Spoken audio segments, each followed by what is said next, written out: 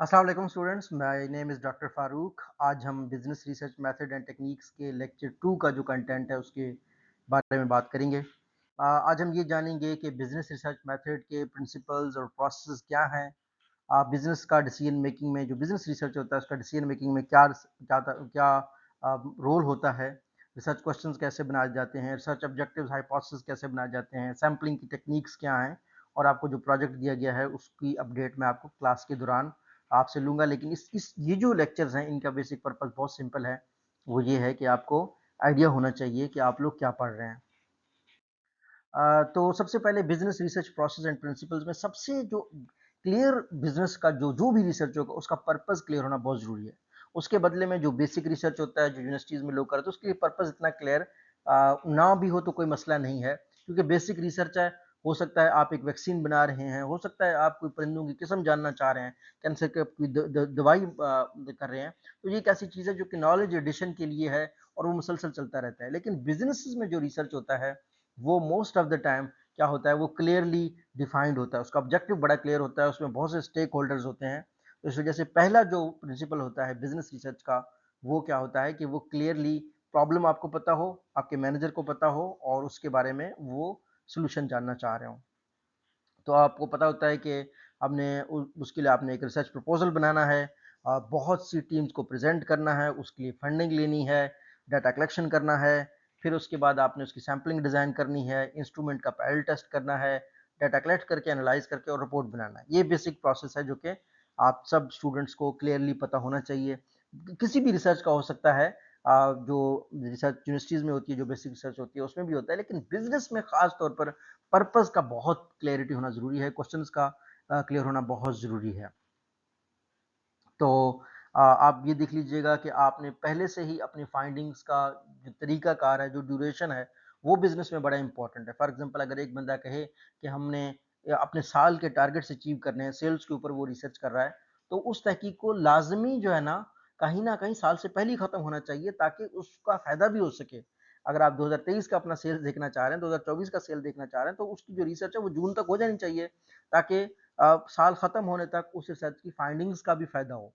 जब एक दफ़ा जब आपका साल ख़त्म हो गया, फिर आप इस बात पे क्यों तहकीक करेंगे कि सेल कम क्यों हो रही है। सो पर्पज़ और फिर टाइमिंग जो बिज़नेस रिसर्च है वो उसमें बहुत इम्पोर्टेंट है। अच्छा, एक बहुत सिंपल चीज़ मैं आपको समझाना चाहता हूँ कि 3 सिचुएशंस में बिज़नेस रिसर्च हम नहीं करते अगर 3 कंडीशंस फुलफ़िल ना हो रही हों।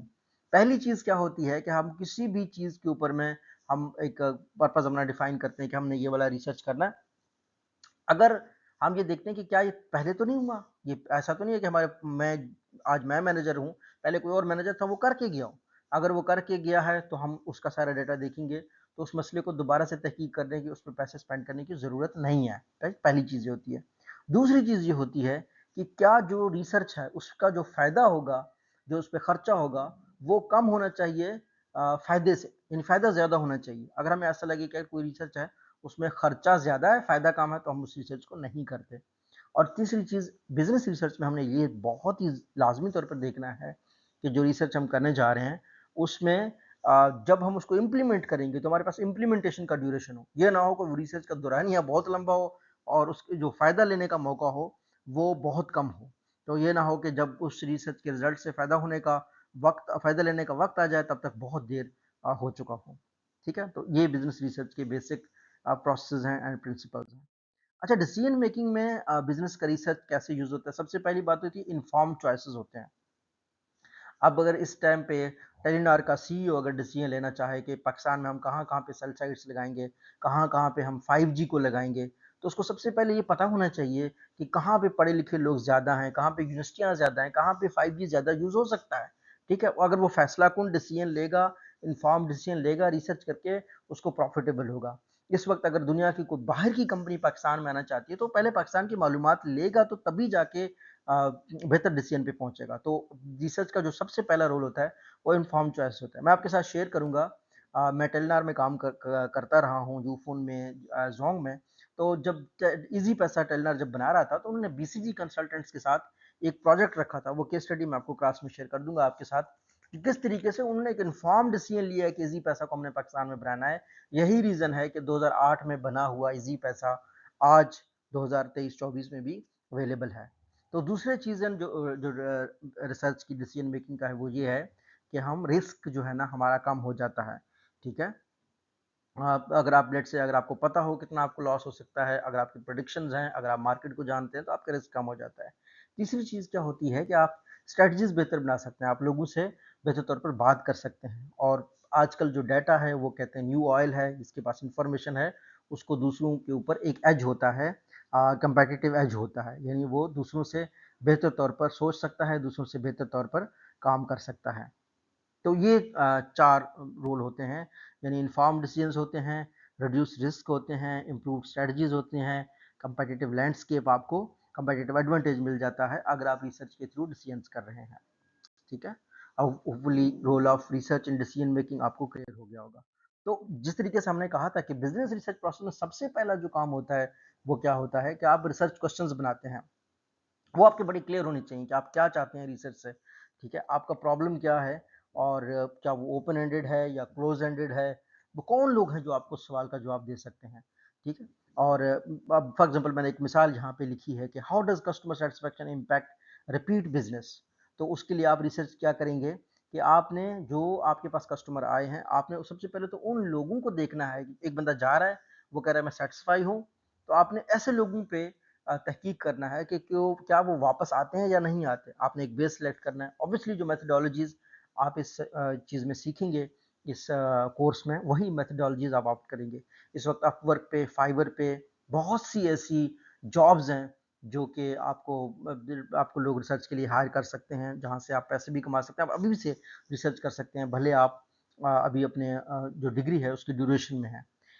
दूसरी बात ये होती है कि अब आप एक और स्टडी करना चाह रहे हैं कि जो एम्प्लॉइज़ का टर्नओवर है उसके पीछे कौन से फैक्टर्स हैं, तो आप ऑब्वियसली आप उन एम्प्लॉइज़ को स्टडी करेंगे जो छोड़ के चले गए हैं। आप उनको देखेंगे कि वो किस बात से नाखुश थे। तो अब फिर हम देखेंगे कि जो फ़ायदा है उसका ऑब्वियसली जब आपको पता चलेगा कि ये जो वजूहत की वजह से आपके एम्प्लॉइज़ चले जाते हैं, तो आप उस चीज़ को कम कर सकते हैं।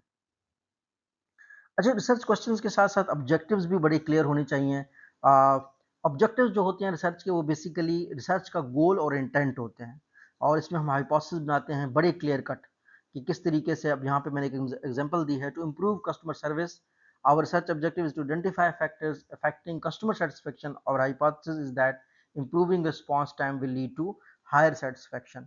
तो आप रिस्पांस टाइम जो ही बढ़ाएंगे अपने ऑब्जेक्टिव्स का, तो क्या हो जाएगा, आपकी कंपनी की जो कस्टमर सर्विस है वो बेहतर हो जाएगा।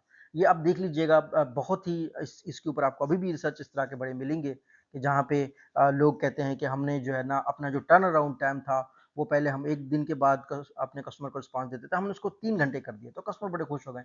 आजकल क्या है, कस्टमर ये चाहते हैं कि रियल टाइम पे जो है ना हमें सॉल्यूशन चाहिए। तो अगर कोई कंपनी है वो सफ़र कर रही है, कस्टमर को डिले रिस्पॉन्स देने में, सही सॉल्यूशन नहीं दे रही, वो इस टाइप का रिसर्च कर सकते हैं, रिसर्च ऑब्जेक्टिव बना सकते हैं, ठीक है। कुछ चीज़ें जो कि यहाँ पे आप लोगों के लिए समझना बहुत ज़रूरी है, रिसर्च जब भी होगा उस वो किसी कंसेप्ट पे होगा, किसी प्रॉब्लम पे होगा, किसी काम के लिए होगा। वो प्रॉब्लम बहुत बड़ा हो सकता है। मैं मिसाल के तौर पर कह सकता हूँ कि हमारी सेल्स कम हो रही है, सेल्स रिड्यूस हुई है। अब सेल रिड्यूस होना क्या है कि बहुत बड़ा एक कंसेप्ट है।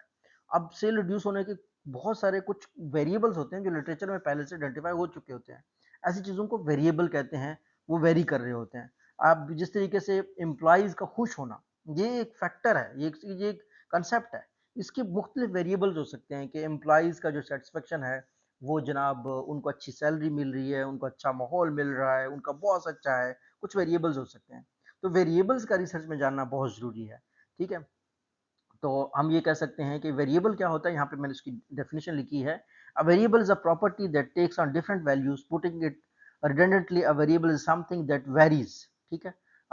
फॉर एग्जांपल एम्प्लॉय कंपनसेशन है, एम्प्लॉय का जो है ना बॉस का रवैया है। सो आप इन सारी चीज़ों को एज अ वेरिएबल ले सकते हैं। तो जो कंसेप्ट होता है वो बहुत बड़े लेवल पे होता है, उसको आपने डिवाइड करना है। इसको मैंने काफ़ी क्लियरली आपके लिए यहाँ पे एक्सप्लेन कर दिया है कि जो कंसेप्ट है, फॉर एग्जांपल रिच होना, ये एक कंसेप्ट है, ठीक है। अभी एक बंदा अमीर है, तो उसको आप कैसे मेजर करेंगे? ऑब्वियसली अब या एक बंदे की बहुत ज़्यादा हाई अचीवमेंट्स हैं, तो एजुकेशन में, तो उसको आप कैसे मेजर करेंगे? उसको ऑब्वियसली हम उसको स्प्लिट करेंगे वेरिएबल्स में। रिच बंदा क्या करेगा, उसका इनकम पर ईयर ज़्यादा होगा, और किसी की अचीवमेंट बहुत ज़्यादा है तो परसेंटेज ऑफ मार्क्स से हमें पता चलेगा। तो ये वेरिएबल्स हैं कि हम जो बड़े कंसेप्ट होते हैं उनको नैरो डाउन करते हैं ताकि हमें जो उनकी जो मेजरमेंट है वो आसानी हो सके उनके लिए। तो अब इस चीज़ को हम वेरिएबल्स कहते हैं। और अब आपके लिए वेरिएबल्स की सिर्फ डेफिनेशन जानना बहुत ज़रूरी है, कंसेप्ट और वेरिएबल का डिफरेंस जानना बहुत ज़रूरी है। टाइप्स ऑफ वेरिएबल बेसिकली तो 3 से 4 किस्म के वेरिएबल्स होते हैं, independent variable, dependent variable, moderating, mediating. लेकिन आपके लिए मैंने सिर्फ 2 वेरिएबल्स आपके लिए जानना बहुत ज़रूरी है। एक होता है इंडिपेंडेंट वेरिएबल, दूसरा होता है डिपेंडेंट वेरिएबल। तो एक क्या करता है, यहाँ पे इसकी मैंने कुछ मिसालें आपको दी हैं। Education and income determine the livelihood of the people in Pakistan. ठीक है, हम कहते हैं quality, delivery time, cost efficiency influences the construction projects of Multan development authority. ठीक है, तो अब आप ये देख लीजिएगा कि कुछ इंडिपेंडेंट वेरिएबल हैं, ठीक है, जिस तरीके से एजुकेशन हो गया या इनकम हो गया। अब ये क्या कर रहे हैं, livelihood of people of Pakistan पे इम्पैक्ट कर रहे हैं। तो एक वेरिएबल डिपेंडेंट हो गया जिसको रेड मैंने हाईलाइट किया हुआ है, दूसरे आपके पास इंडिपेंडेंट हो गया। तो इस तरीके से जब भी आप क्लियर सोचेंगे, जब भी किसी मामले पे सोचेंगे, तो जो रिसर्च है, रिसर्च की अंडरस्टैंडिंग है, वो आपको चीज़ों को बेहतर तौर पर एक्सप्लेन करने में हेल्प कर सकती है। फर्दर जब आपके वेरिएबल्स आइडेंटिफाई होते हैं तो फिर आप उनका एक डायरेक्ट रिलेशनशिप बनाते हैं जिसको हाइपोथेसिस कहते हैं। वो एक अजम्पशन पे होता है, एक आइडिया पे होता है जिसका मकसद एक क्लियर कट ऑब्जेक्टिव आपके लिए बनाना है। सो बेसिक कंसेप्ट्स हैं, ये आपको पता होने चाहिए कि वेरिएबल्स क्या है, हाइपोथेसिस क्या है, क्योंकि मैं बार बार अपनी जो हमारी डिस्कशन होगी, जो हमारे लेक्चर्स होंगे, उनमें इन टर्म्स को मैं यूज़ करूँगा। तो इस वजह से मैं बेहतर समझता था कि आप ये टर्म्स को समझें और इनको इस्तेमाल करना सीखें और इनको बेसिक्स को भी समझें। सो रिसर्च जो है ना, अब पूरी पॉपुलेशन पे नहीं हो सकती। फॉर एग्जांपल अगर एक बंदे ने अगर तहकीक करनी है तो वो पूरे पाकिस्तान पे तो तहकीक नहीं कर सकता और ना ही इतना बजट है उनके पास। आपके पास रिसेंटली आप देख सकते हैं कि डिफरेंट पोल्स आते हैं डिफरेंट कंपनीज के कि जी फलाना लीडर पॉपुलर है और पाकिस्तानी लोग ये कर रहे हैं वो कर रहे हैं। तो वो क्या करते हैं, वो एक सैंपल लेते हैं।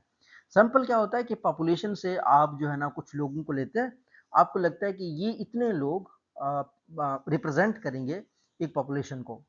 तो सैंपल का फ़ायदा क्या होता है कि वक़्त बचता है, आपका पैसा बचता है, ह्यूमन रिसोर्स बचता है, ठीक है? लेकिन सैंपल की थोड़ी-सी थोड़े से मसाइल हैं, वो ये है कि इसमें मिस्टेक का चांस होता है। ऑब्वियसली अब जो सैंपलिंग का फ़ॉर्मूला है, वो ये कहता है कि अगर पाकिस्तान में लेट्स से आपने लोगों के रिस्पॉन्सेज़ लेने हैं, तो कम से कम आपको 400-500 पाकिस्तानी लोगों का रिस्पॉन्स लेना होगा। अगर आप इसको सिटी वाइज डिवाइड करें तो कराची बहुत बड़ा शहर है, आप 400-500 लोगों का रिस्पॉन्स वहाँ से लें, फिर इस्लामाबाद से लें, फिर लाहौर से लें, सारे कैपिटल सिटीज़ लें, कोयटा से लें। तो हर एक सिटी के, हर एक पाकिस्तान के प्रोविंस से प्रोविंस के बंदों से ले लें। तो उसमें भी ऑब्वियसली आपका एरर मार्जिन हो सकता है क्योंकि लाहौर का जो बंदा है वो पूरे पाकिस्तान को रिप्रेजेंट नहीं कर सकता, कराची का जो बंदा है वो पूरे सिंध को रिप्रेजेंट नहीं कर सकता, कोयटा का पूरे बलूचिस्तान को रिप्रेजेंट नहीं कर सकता, सिमिलरली पेशावर का एक बंदा वो केपीके को रिप्रेजेंट नहीं कर सकता। बट सैम्पलिंग का फ़ायदा ये होता है कि आपको वक्त पर जो है ना इंफॉर्मेशन मिल जाती है और आपका जो पैसा है और ह्यूमन रिसोर्स है वो बच जाता है। और ये कुछ ऐसे मेथड्स हैं जिससे हम जो है ना कम डाटा कलेक्ट करके उसको उसको बेहतर तौर पर रिजल्ट ले सकते हैं। ये इसी वजह से आप रिसर्च मैथडोलॉजी सीख रहे हैं कि दुनिया का कोई भी बंदा पूरी पॉपुलेशन पे स्टडी नहीं करता और पूरी पॉपुलेशन पे स्टडी करना होती भी मतलब ये कोई फजूल काम करना होता है कि दुनिया में लोगों का क्या ट्रेंड चल रहा है हर एक बंदे से हम पूछ लें, तो इतना खर्चा हो जाएगा कि उसका आपको मतलब खर्चा ज़्यादा हो जाएगा, उससे आप फ़ायदा ज़्यादा नहीं उठा सकेंगे। ठीक, तो सैम्पलिंग का कंसेप्ट आपका बहुत क्लियर होगा। सैम्पलिंग के कुछ असूल हैं। पहला असूल ये है, प्रिंसिपल वन सैम्पलिंग का ये है कि in most cases of sampling there will be a difference between the sample statistics and the true population. Yes, ये एक रूल है, ऐसे होगा ही होगा। ठीक है, अगर एक बंदे ने पाकिस्तान पे स्टडी करना है तो 22 करोड़ अवाम पे वो नहीं कर सकता, ना ही उसके पास इतना पैसा है ना वक्त है, और जब तक वो स्टडी कंप्लीट हो जाएगी तब तक दुनिया आगे बढ़ चुकी होगी। तो इस वजह से सैम्पलिंग बहुत ज़रूरी है और हमेशा सैंपल और पॉपुलेशन में एक डिफरेंस होगा, एक गैप होगा। दूसरा वजह क्या है, the greater the sample size the more accurate will be the estimate of the true population. ये बात बिल्कुल ठीक है कि जितने ज्यादा लोगों से आप डाटा इकट्ठा करेंगे ऑब्वियसली आप बेहतर तौर पर उनसे रिस्पॉन्स लेंगे। थ्री क्या है, the greater the difference between the population and sample the lesser will be the accuracy. ये बात भी ठीक है कि लेट्स से अगर आप 22 करोड़ आवाम के बारे में रिस्पॉन्स लेना चाहते हैं पाकिस्तानी के बारे में और आप सिर्फ 2 लोगों से डाटा लेके कहते हैं कि पाकिस्तानी ऐसा सोचते हैं, तो ऑब्वियसली आपके गलत गलत होने के चांसेस ज़्यादा हैं।